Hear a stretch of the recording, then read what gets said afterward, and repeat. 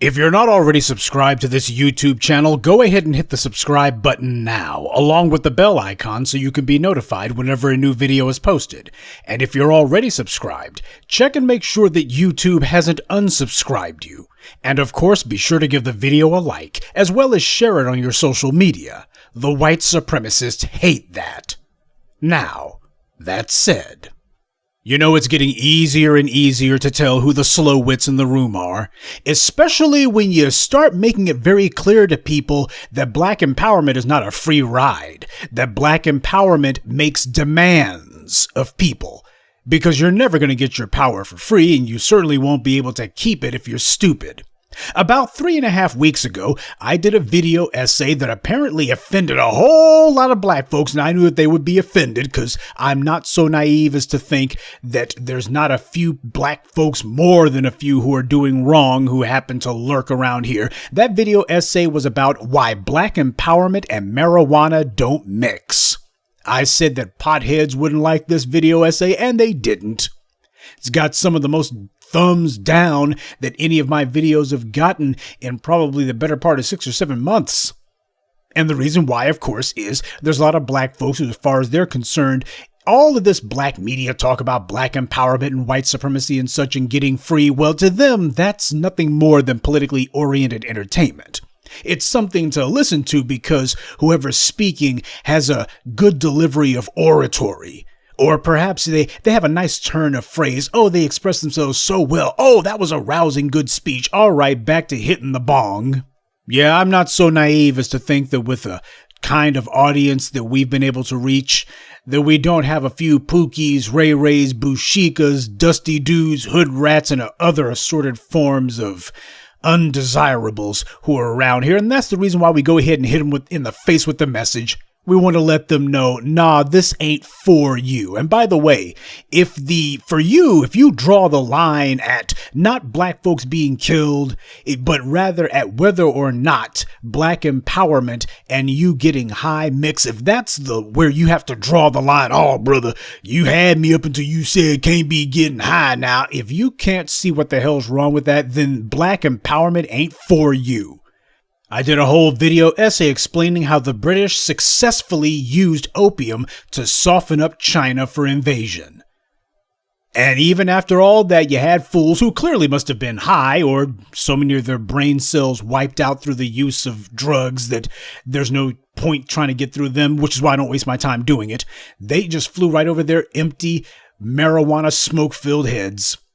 But in case you thought that maybe I was engaging in hyperbole or that maybe I was exaggerating a bit, no less than earlier this week in New York City, the same place that put stop and frisk on the map and was going harassing and stopping black people all over New York City and telling them turn out your pockets, mostly so that they could do marijuana busts.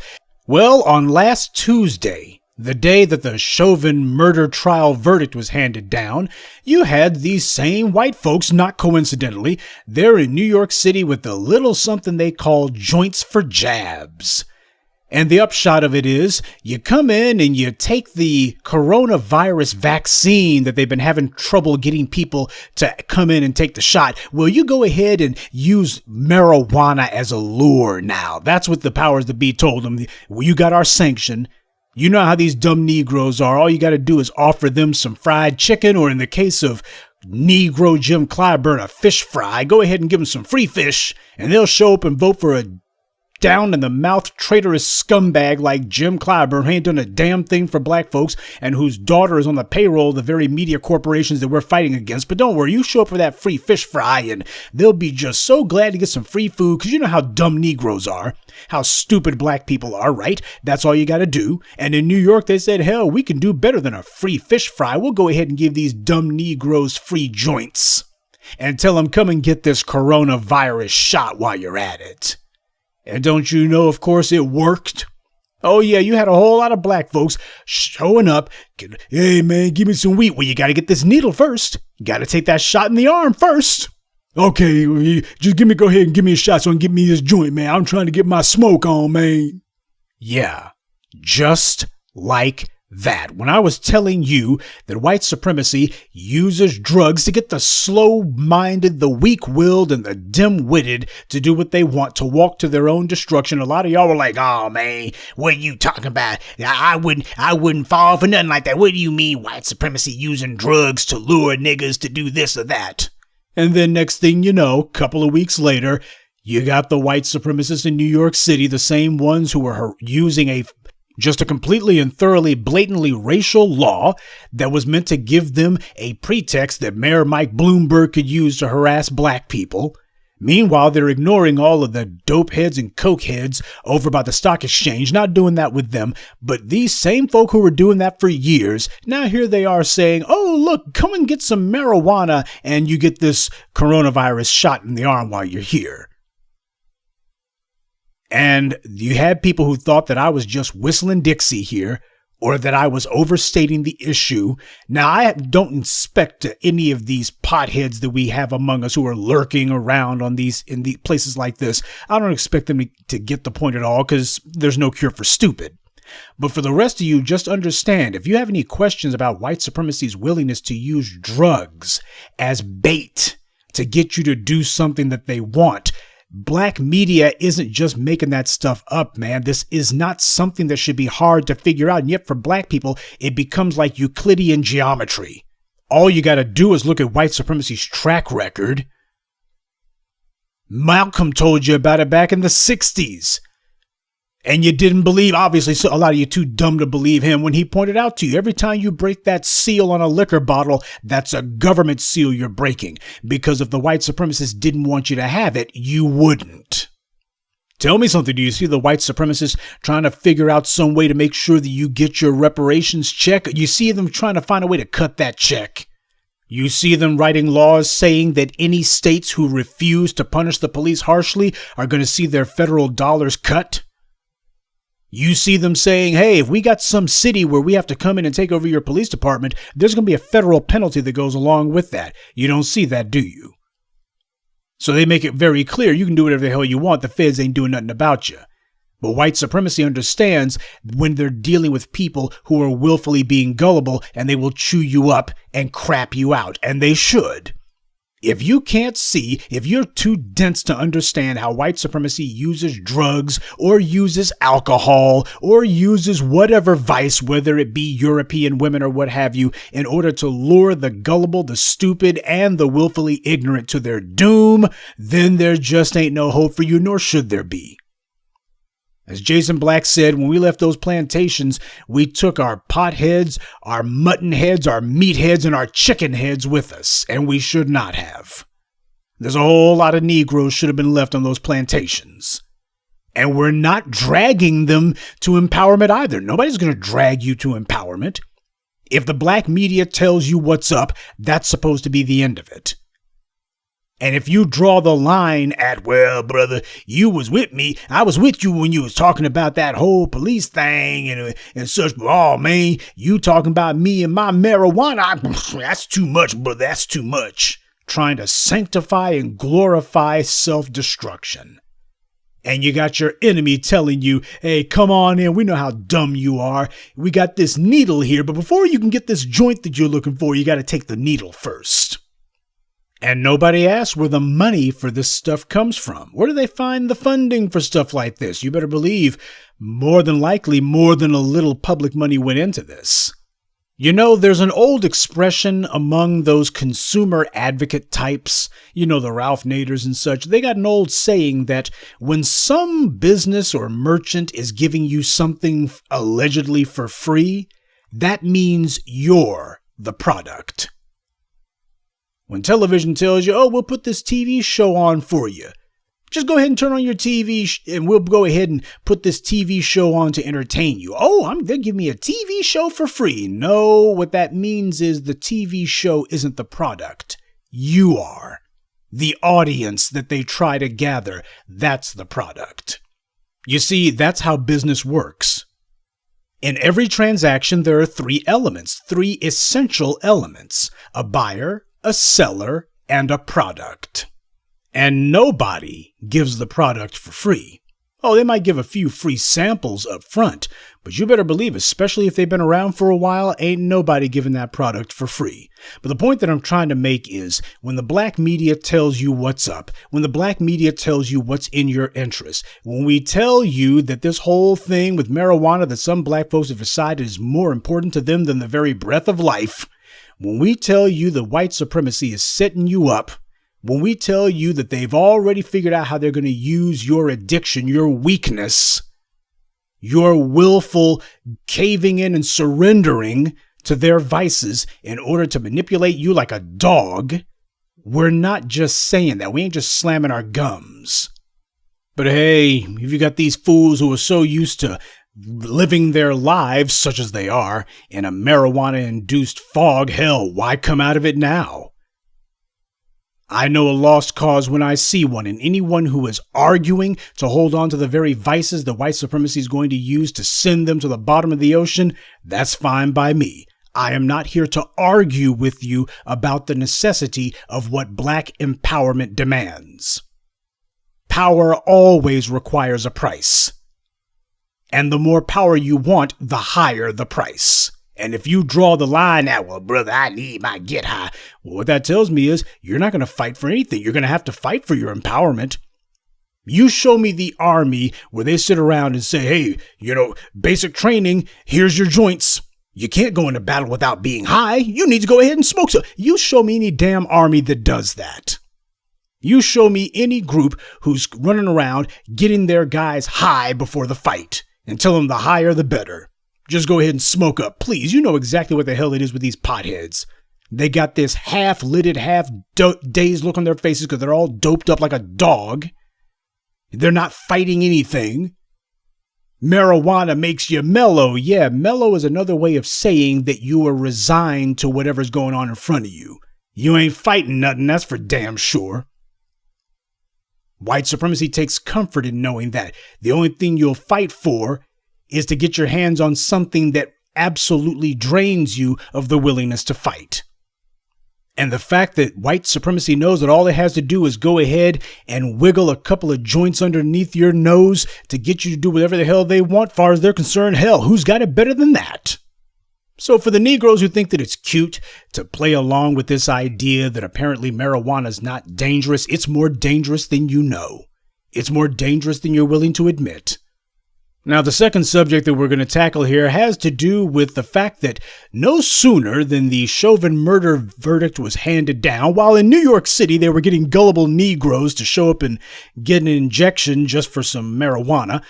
On the other hand, you also had the U.S. Senate that was getting ready to pass their version of the so-called anti-Asian hate crimes bill. Now, this happened right after the Chauvin murder verdict.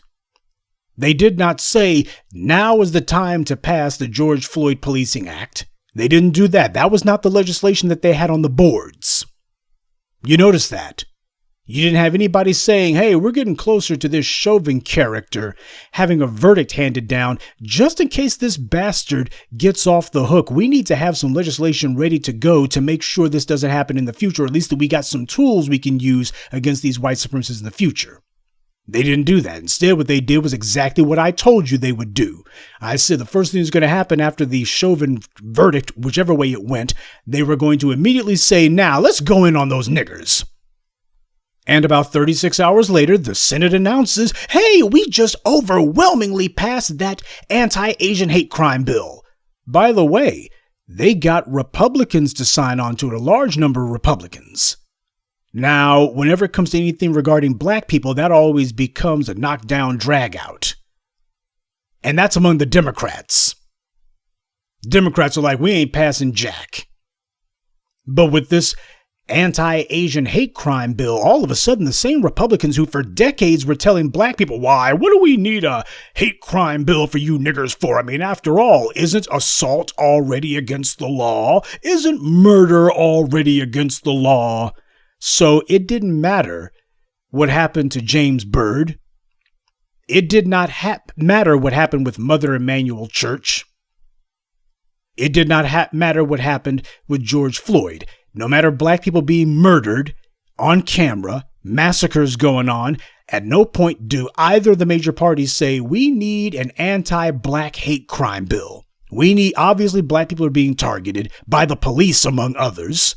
So we need a hate crime bill, and we need to make sure that black people are protected under law. We need to make sure that there is an emphasis placed upon you do something against a black person, we're coming down on you like the wrath of God. They didn't do that.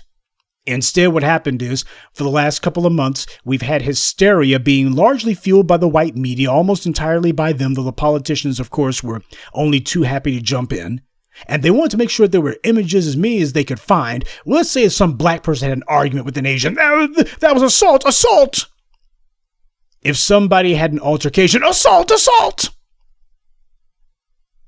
Meanwhile, I was telling you about how we got all these white guys who were gunning Asians down wholesale. Well, these are isolated incidents, and we're not sure if it's a hate crime. Could be a hate crime, but we'll have to explore more. Meanwhile, with some black person, some black homeless man, apparently had an argument with some Asian woman. You had no less than Cy Vance, the same creep who couldn't figure out how to prosecute Harvey Weinstein for years and years, the same Cy Vance animal who decided that Amy Cooper needed to have the charges against her dropped. I mean, all she did was try to get a black man killed in Central Park. I mean, come on, we're going to hold a grudge against that?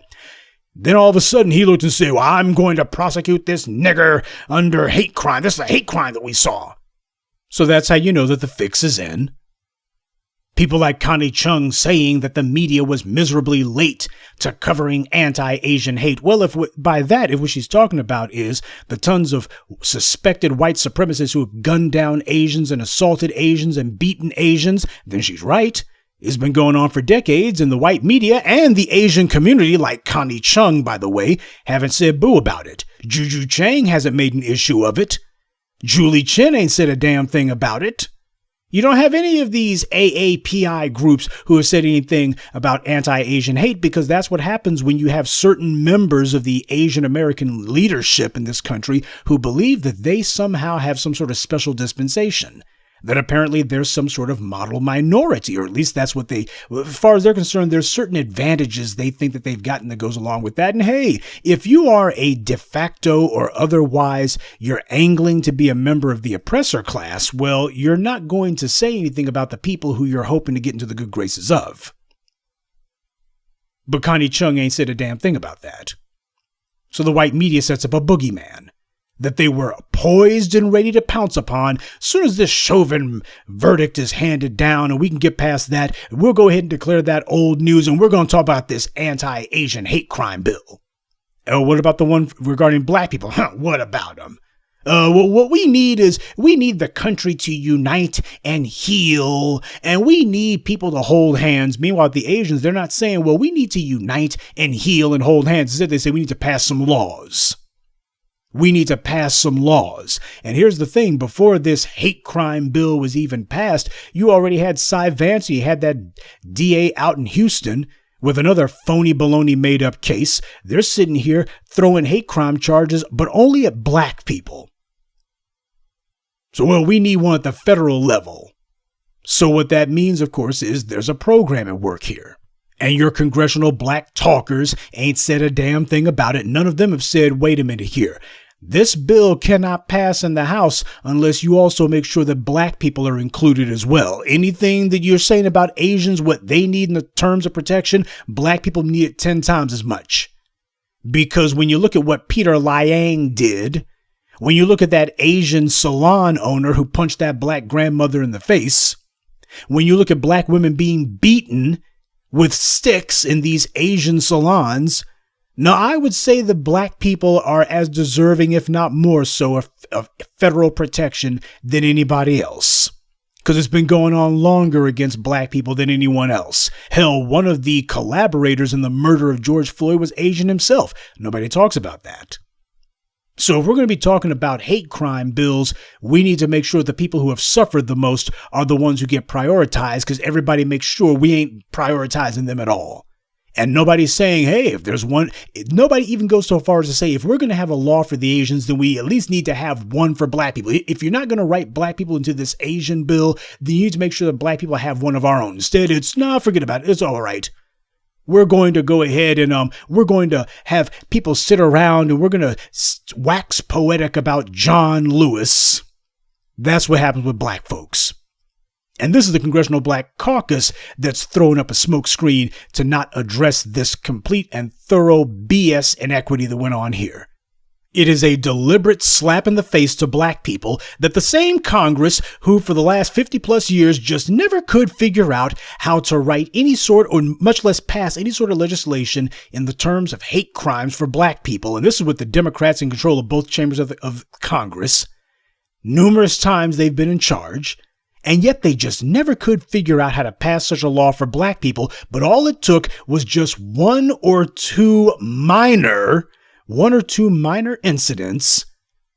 And they say it has something to do with COVID-19. And then all of a sudden you got Republicans and Democrats. Only about one or two Republicans said that they wouldn't vote in favor of this Asian anti-hate crime bill. Only one or two Republicans. Everybody else, it got unanimous support, damn near unanimous. And they did it overnight. So they were all in agreement about it. Oh, whatever happened to partisanship in Congress? Whatever happened to gridlock in the Senate? Yeah, that's how you know there's a program at work here. White supremacy wants to make it very clear.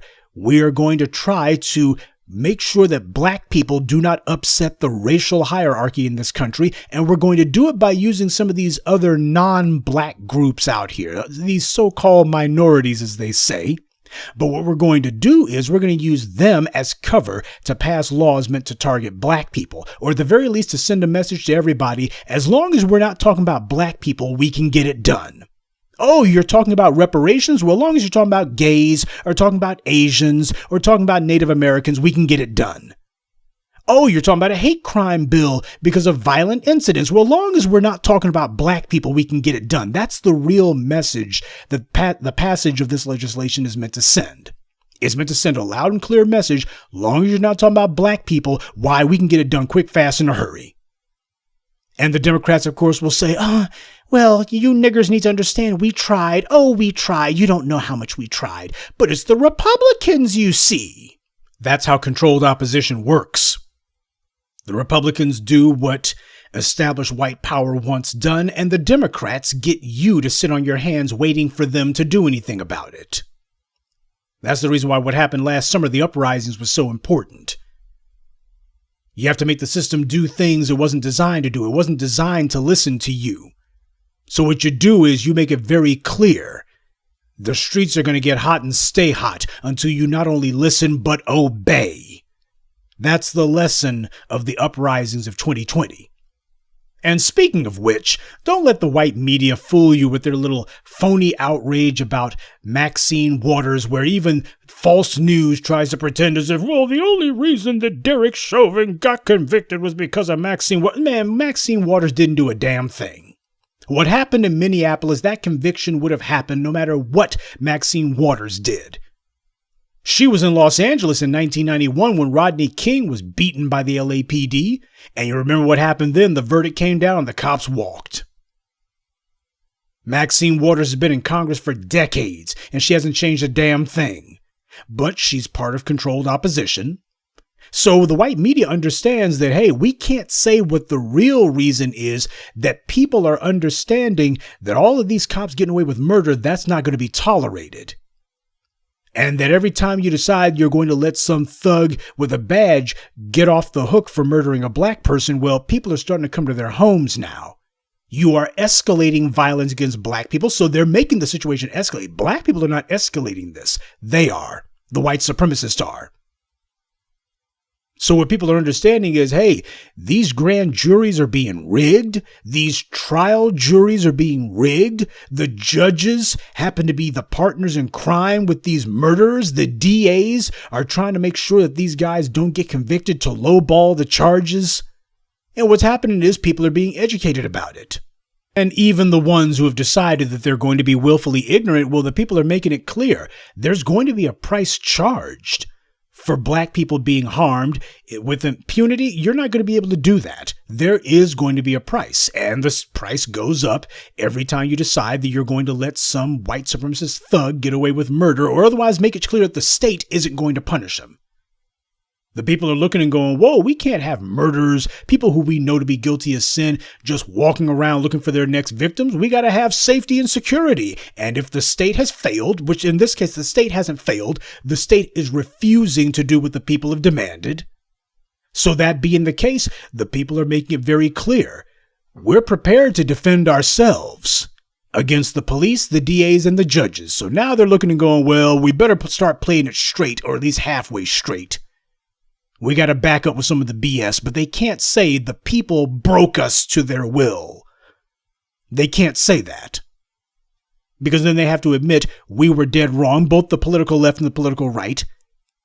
The so-called right-wing media and so-called left-wing media, these bastards are not going to be saying that, hey, we were wrong, we cheerleaded for the killings of black people. Fox News was saying, well, if only so-and-so, if only the latest black victim of police violence had just complied.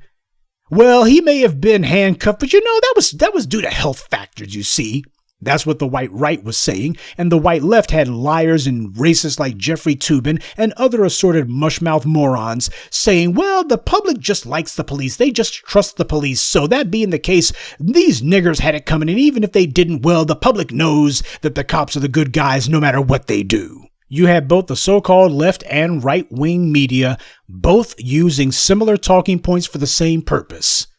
To say that the black person deserved to be killed, and on the flip side, you had the white left saying, well, the cops are trusted, which means, of course, if the cops are trusted, the public understands those niggers had it coming. The public's not going to do anything about it. You're with the police, aren't you? You're with the cops. You're on the side of the cops because you know that law and order. That's just the right-wing law and order spiel under a different color. That's all the white left media was doing. They were selling the law and order spiel. That the public stands with the cops. But of course, once that lie is exposed for all the world to see, then they got to find something that doesn't require them to say that the public was never with the white media line to begin with. And that's where Maxine Waters comes in. They can safely, very safely point to her and say, well, it was Maxine Waters, you see, Maxine Waters. Surely couldn't have been all these people in the streets who are making it clear that the police are going to be punished. It certainly couldn't be anything that they did. So the white media knows it has to make a big deal of Maxine Waters showing up, so some gullible, stupid black folks might be conned into thinking that she somehow had something to do with that animal being convicted, as if she had something to do with it when she didn't. Young people, particularly young black people in the streets, they're the ones who have been spearheading this change, not Maxine Waters. How many of the laws that got changed last year got changed because of her? She's been in Congress since Moses was in Pampers. How many black hate crime laws has she had passed? I'll wait. How many police punishment bills has she had passed? I'll wait. And in case there's anyone who wants to give Maxine Waters the benefit of the doubt, let me tell you something. White power can bring Maxine Waters to heel at their leisure. She gets out there running her mouth until they decide it's time to slap her down. Nancy Pelosi certainly keeps Maxine Waters in check. You ever see Maxine Waters taking on Nancy Pelosi and saying, hey, you have presided over the ethnic cleansing of San Francisco of all black people? No, you don't see her saying that. Yeah, white supremacy knows that it can do whatever it needs to do about Maxine Waters anytime it wants. But there is nothing that they can do about these streets. So as always, don't you go calling yourself listening to the white media on anything. They're not your friends. Because a whole lot of black folks have been holding on to all kinds of illusions and delusions.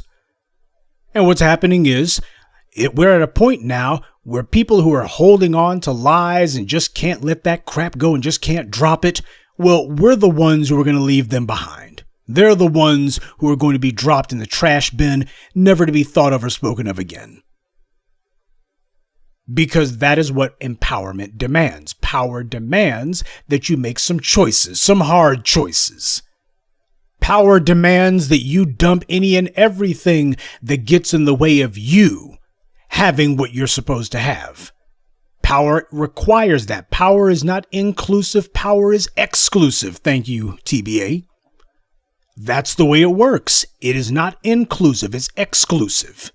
And if you're still holding on to the same amount of junk and the same amount of baggage that you were holding on to in the beginning, and you probably picked up a few things you didn't need, what that means is you're weighed down. What that means is you ain't ready for empowerment. If you have some vice, or if you have some mouthpiece that is just too precious for you to part with, then that ain't gonna work. You want to know how it is you got these goofballs who are out here cheerleading for Kamala Harris, and they actually had the nerve to call into black media radio programs and say, well, them black folks who Kamala was locking up, they was guilty, they was guilty. You want to know how they did that? It's because these guys conned themselves into thinking that somehow that if they just made nice with the operatives of white supremacy, that somehow they're going to act differently, and they won't. Still got some simpletons out there chasing interracial sexual access. So as far as they're concerned, they'll get out there and hold up a sign saying that all lives matter, or hold up a sign saying that other people should be getting hate crimes laws when there's just been a couple of dust-ups, a couple of minor incidents that didn't have anything to do with race, had everything to do with economics. And yet they'll sit there and say, oh, so-and-so needs a hate crime bill for protection. Meanwhile, black folks being killed and everybody's saying it's all about race. We're killing you niggers because we hate black people just because you exist. And those same fools are not saying, whoa, we need a hate crime bill, and anybody who ain't for it, I ain't standing with you. Everybody else tells black folks, hey, you niggers gotta hold your own. But then as soon as they want something, we're all in this together. Everybody needs to stand with us. We need to hold hands. Why? Black people should understand better than anyone the oppression and blah, blah, blah, blah, blah. Oh, yeah, we understand oppression better than anyone because all these other groups have been taking part in it. By the way, for those of you who are too busy getting high or too busy trying to angle your way to some interracial sexual access to notice, Jim Crow Joe has completed his first 100 days in office. He's gotten things done for Asians. He has formally recognized the Armenian genocide. He ain't said a damn thing about the destruction of the Black Wall Street. That hasn't passed his lips. Ain't said nothing about the massacre and move. You got all these killings of black folks. You ain't got to go to the other side of the damn world to find genocides and massacres. You got them going on right here in America. But then again, Joe Biden cheerleaded for and helped to bring about a number of those massacres. So, of course, he was like, let's talk about Turkey. Let's talk about yin yang and China, but let's not talk about Oklahoma or Philadelphia. Let's not talk about Charleston. Let's go ahead and move along, shall we? Let's talk about the Armenian genocide because, we need to change the subject. Notice what they're doing, though. That's what they're doing here. This is the white media being led by their figurehead, Democrat Joe Biden and Kamala Harris. They're leading the charge to change the subject. Okay, we're closing the chapter now on this whole thing with these black folks making a fuss about white supremacists with badges killing them. We're going ahead and we're closing the chapter on that.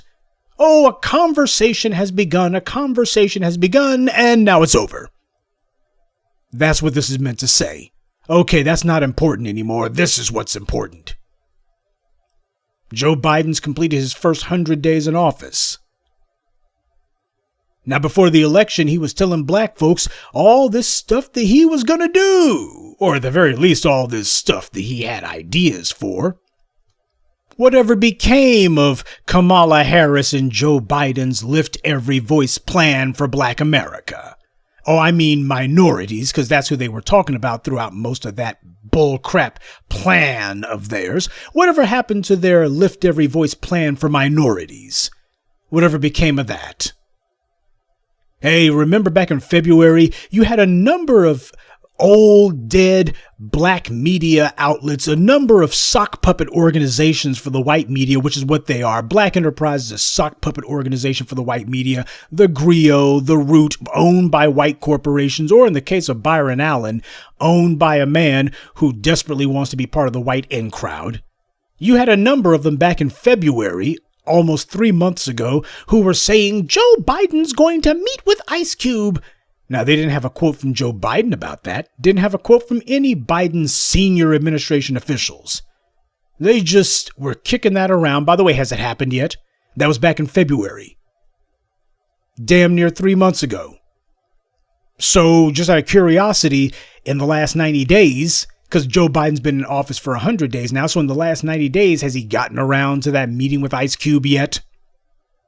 I'll wait and wait and wait. The murderer, Derek Chauvin, was convicted last week. And you haven't seen the George Floyd Policing Act passed. Oh, they'll mention it in passing, only because they feel like they have to, because it'd be kind of awkward not to, with people looking at them. But instead, you don't see anyone talking about what they're going to do to get that passed and what punishments and what kind of lengths they're prepared to go to get it done. Instead, it's let's get this Asian law here passed because we need to make sure black folks understand we're elevating everyone else above them and we're turbocharging that effort. We're not being subtle about this at all. We're putting it's going to be all hands on deck.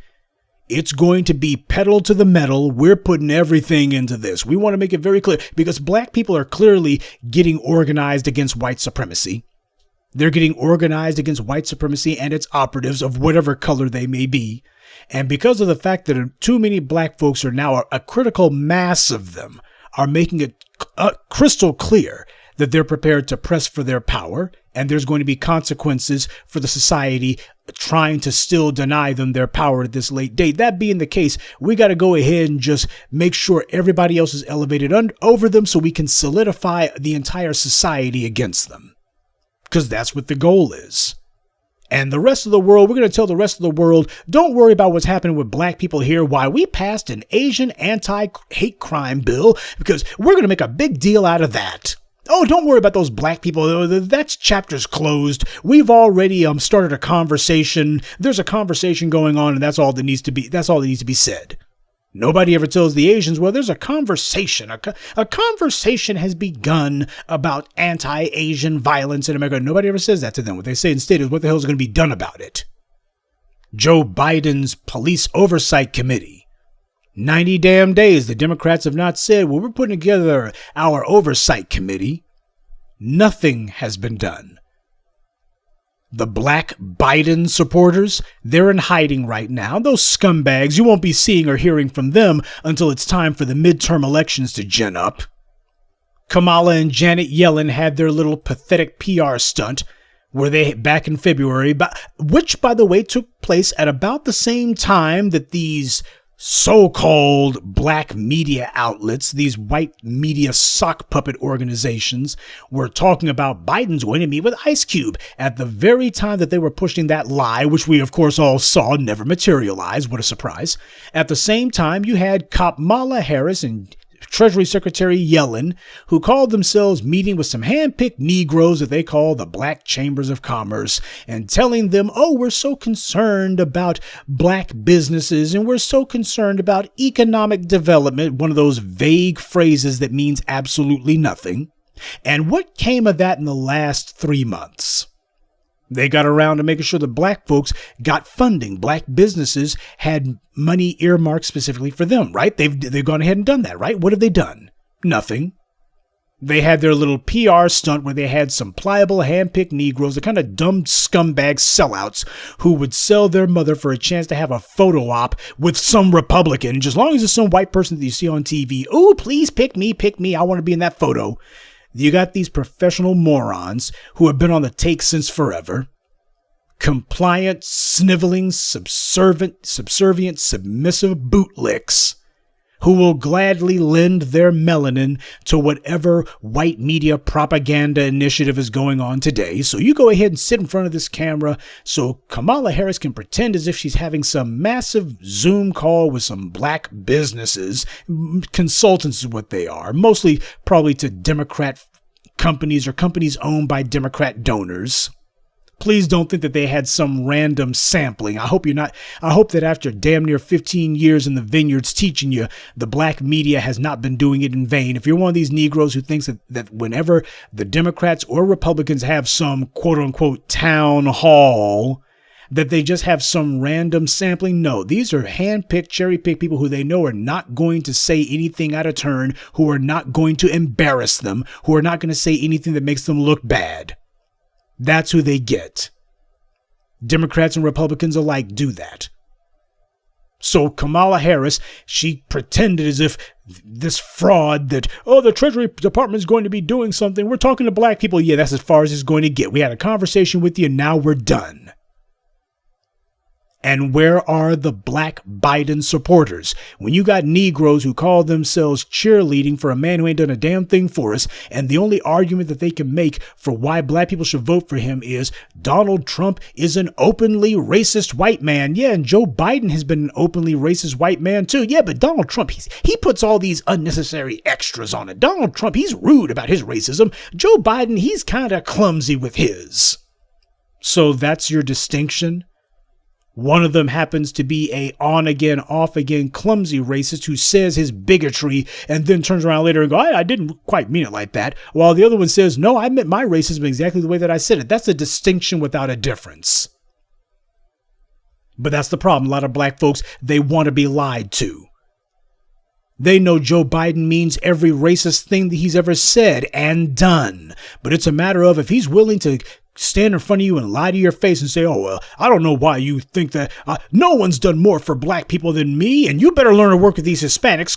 You better learn to work with them because we're going to make sure that resources and legislation and governmental heft is put behind them to elevate them over you. So you better learn to work for them. With them. And black people are going to go along with that. These black Biden supporters, these guys have made it their mission that they're going to tell every lie that they can because this is not even a matter of getting money. Some of them might get a couple of crumbs, but for a lot of them, this is just clout chasing. They don't care if it's for nothing. They could care less than a damn about that. This is about clout chasing for them. Well, their clout chasing carries a very heavy penalty if we play along with it. So family, understand that. From marijuana to any sort, all this black fill-in-the-blank alliances, and trusting in racists who you know from experience to be anti-black zealots. Black people have decided to hide their heads in the sand. That too many of us have decided that we're going to make excuses for the inexcusable and pretend that things are not what they are. I'm going to let you guys reflect on what it is that's been said. But understand, if you got folks who are out there telling you to engage in vices that disempower you, or telling you to cheerlead for or make excuses for people who have been attacking you, or making excuses for why black folks have to wait, and why it ain't so bad that everybody else is being prioritized over us. You got anybody like that around you, you need to make sure that you refine your circle of associates. You need people who understand that black folks have been put at the back of the line too damn long, and we're elbowing our way to the front. And yeah, that's going to make a lot of Negroes nervous because they've picked up some bad habits that they refuse to let go. A lot of them are hoping that they're going to get a pat on the head from whatever non-black person they can manage to get one from. And you're going to make it where these other groups are going to be asking awkward questions. Hey, we've heard some of the stuff this black media is saying, and you don't really believe that white supremacy is a bad thing, right? We're all in this together, right? You know your place, don't you? Yeah. We know that there's a lot of black folks out there who understand full well that they've been playing footsie with the white supremacists and their operatives of whatever color they may be. And what we're doing is we are making it very clear that no, when we made Biden say to make him even go through the motions of pretending like he's going to do something for black folks, we're not going to let anyone forget that he said that. And that way, it's a matter of all the stuff he hasn't done. This is going to weigh him down. Same way that it weighed down Kamala Harris, because you don't have the orange man to use as a distraction this time. You don't have the specter of the orange man's uncivil tongue to point to and say, this Trump guy, he's so damn rude. And that being the case, it doesn't matter if we don't do anything for you. All we have to do for you is not be Trump. That's the only thing we have to do. I'm not Donald Trump, and that's all I have to do. Some black folks thought that it was cute to play along with the scam, and now, hopefully, some of them are realizing that they were fooled, that they were stupid, and we have to say it like that because when somebody has been told repeatedly, use your brain, how the hell are you going to be empowered when you can't even demand anything? If you got somebody who plays the fool, then we should go ahead and label them as what they behaved as. They should wear that and say, you know what, I was stupid. But hopefully now I got my mind right.